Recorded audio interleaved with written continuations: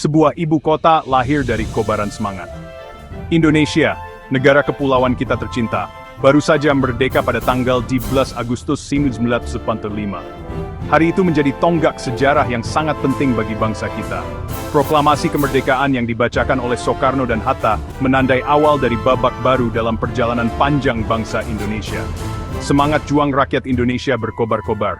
Mereka bersatu padu dari Sabang sampai Merauke untuk mempertahankan kemerdekaan yang baru saja diraih. Tapi perjuangan belum selesai, teman-teman. Setelah proklamasi, tantangan besar masih menghadang di depan. Belanda yang masih ingin menguasai Indonesia terus berusaha untuk kembali. Mereka tidak rela melepaskan tanah jajahan yang kaya ini begitu saja. Di tengah situasi yang sulit ini, Jakarta, ibu kota kita yang baru, berada dalam bahaya. Kota ini menjadi pusat dari segala aktivitas pemerintahan dan perjuangan. Ancaman datang bertubi-tubi, menguji tekad bangsa yang baru merdeka. Keamanan Jakarta semakin terancam oleh serangan dan infiltrasi musuh. Akhirnya, pemerintah Indonesia harus memikirkan langkah yang tepat. Para pemimpin bangsa berkumpul, berdiskusi, dan merumuskan strategi untuk menyelamatkan negara. Keputusan besar pun harus diambil memindahkan pusat pemerintahan ke tempat yang lebih aman. Yogyakarta dipilih sebagai ibu kota sementara, menjadi simbol ketahanan dan semangat juang bangsa Indonesia. Jakarta diambang bahaya awal mula perpindahan. Keamanan di Jakarta semakin buruk. Tentara Belanda datang bersama pasukan sekutu. Alasannya sih ingin membebaskan tawanan perang. Tapi, sebenarnya mereka ingin menguasai Indonesia lagi. Tekanan terus dilancarkan, mengancam pemerintahan Indonesia yang masih muda. Pemerintah Indonesia sadar, mempertahankan Jakarta sebagai ibu kota sangat berisiko. Pertempuran di Jakarta akan membahayakan rakyat dan pemerintahan. Jalan terbaik Anastan ibu kota lebih strategis dan aman. Yogyakarta, pilihan strategis dan penuh makna. Yogyakarta, kota yang terkenal dengan budaya dan sejarahnya, dipilih menjadi ibu kota sementara Indonesia. Kenapa Yogyakarta? Ada beberapa alasan penting. Pertama, Yogyakarta terletak di pedalaman Jawa, lebih aman dari ancaman Belanda. Kedua, Yogyakarta punya ikatan sejarah dan budaya yang kuat dengan perjuangan kemerdekaan Indonesia. Dukungan rakyat Yogyakarta yang besar terhadap kemerdekaan menjadi modal penting bagi pemerintah Indonesia untuk terus berjuang. Sri Sultan Hamengkubuwono I, simbol perlawanan dan persatuan. Sri Sultan Hamengkubuwono I, Raja Kesultanan Yogyakarta, punya peran penting dalam mendukung kemerdekaan Indonesia loh. Beliau menawarkan Yogyakarta sebagai ibu kota sementara dan memberikan dukungan penuh kepada pemerintah Indonesia. Sikap tegas Sultan Hamengkubuwono I menunjukkan kepada dunia bahwa Indonesia bersatu padu dalam mempertahankan kemerdekaannya. Kehadiran pemerintah Indonesia di Yogyakarta semakin mengobarkan semangat rakyat untuk melawan penjajah. Rakyat Yogyakarta bahu-membahu dengan pemerintah dan tentara Indonesia untuk mempertahankan kemerdekaan.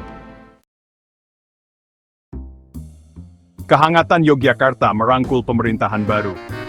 Pemerintah Indonesia mulai bekerja di Yogyakarta pada awal tahun 1946.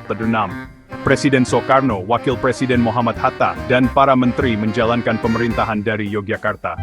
Meskipun serba terbatas, roda pemerintahan tetap berjalan. Rakyat Yogyakarta dengan tangan terbuka menerima kehadiran pemerintah Indonesia. Mereka menyediakan tempat tinggal, makanan, dan kebutuhan lainnya bagi para pemimpin dan pejuang Indonesia. Semangat gotong royong dan persatuan terjalin erat antara pemerintah dan rakyat Yogyakarta.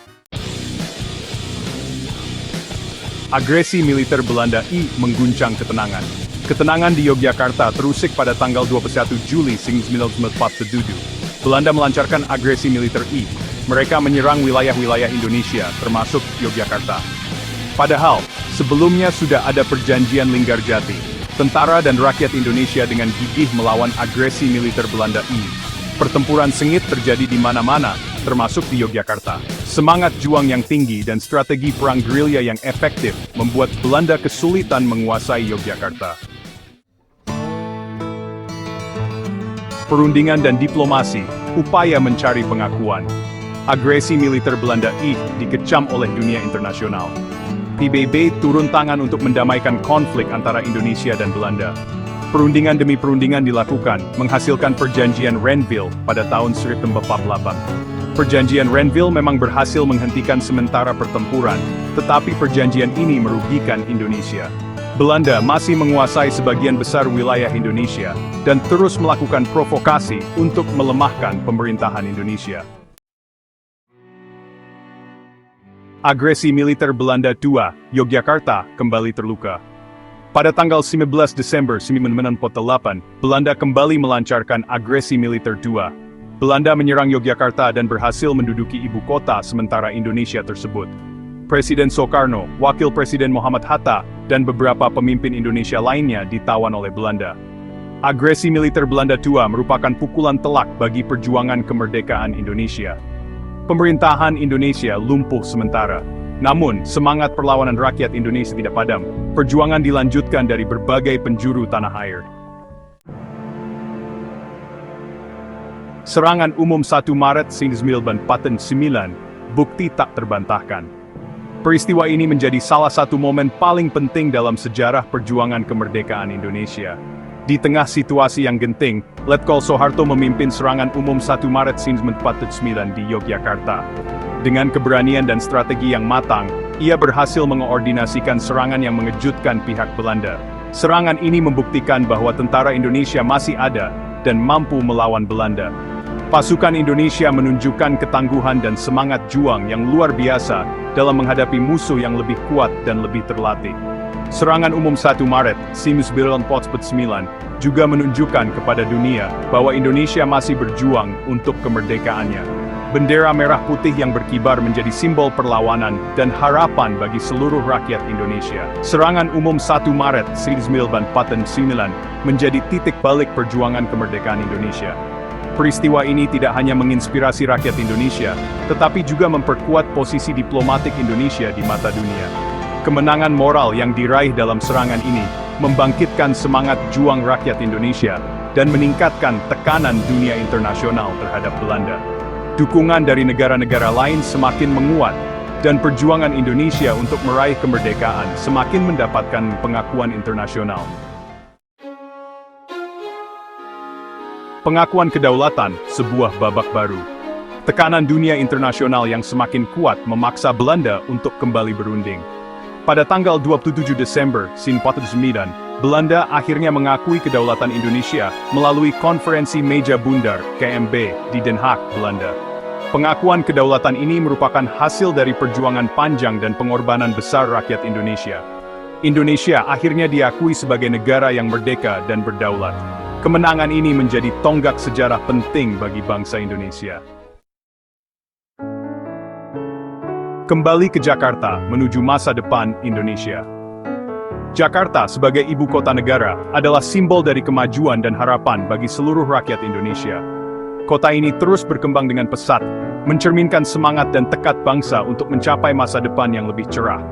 Setelah pengakuan kedaulatan pada tahun 1949, ibu kota Indonesia dikembalikan ke Jakarta. Sejak saat itu, Jakarta telah menjadi pusat pemerintahan dan ekonomi, memainkan peran penting dalam pembangunan negara. Pemerintah Indonesia fokus untuk membangun kembali negara dan memajukan kesejahteraan rakyat. Berbagai proyek pembangunan infrastruktur dan sosial telah dilaksanakan untuk meningkatkan kualitas hidup masyarakat. Perjalanan panjang menuju kemerdekaan telah memberikan pelajaran berharga tentang pentingnya persatuan, perjuangan, dan pengorbanan. Setiap tetes keringat dan darah para pahlawan menjadi fondasi bagi kemajuan bangsa. Yogyakarta, kota yang menjadi saksi bisu perjuangan kemerdekaan Indonesia, tetap menjadi bagian penting dalam sejarah bangsa.